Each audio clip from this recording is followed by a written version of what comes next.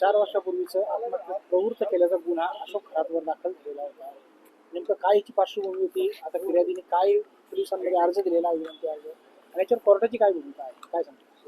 आज नेमकी 4 वर्षापूर्वी संस्थान कर्मचारी विकास रामदास डिवटे याची आत्महत्या झाली आणि ती आत्महत्यास कारणीभूत असणाऱ्या लोकांची त्यांच्यावर गुन्हा दाखल झाला. पण परंतु त्या सुसाईड नोटमध्ये जी नावं होती त्यामध्ये पहिल्या क्रमांकाचं नाव होतं भोंदू कॅप्टन बाबा.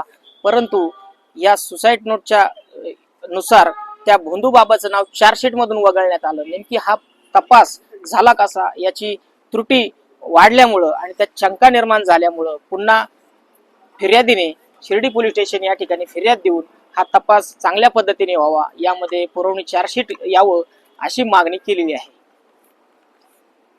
काय नेमकं काय वाटतं, राजकीय प्रेशर वापरून खराबचं नाव चार्जशीट मधून गेलं असावं किंवा न्यायालयात तुमची काय भूमिका राहणार आहे? न्यायालयामध्ये आमची भूमिका ही आहे की तपासाला चांगल्या प्रकारे गती देऊन यामध्ये तपास हा सर्व बाजूने व्हायला पाहिजे. कारण तो संस्थान कर्मचारी होता, त्याची मानसिक छळ केला गेला. त्याला अनेक प्रकारचे कॉल्स येऊन त्याचा छळ अशा पद्धतीने केला का तुला नोकरीवरून काढून टाकू, तुला नोकरीवर ठेवणार नाही.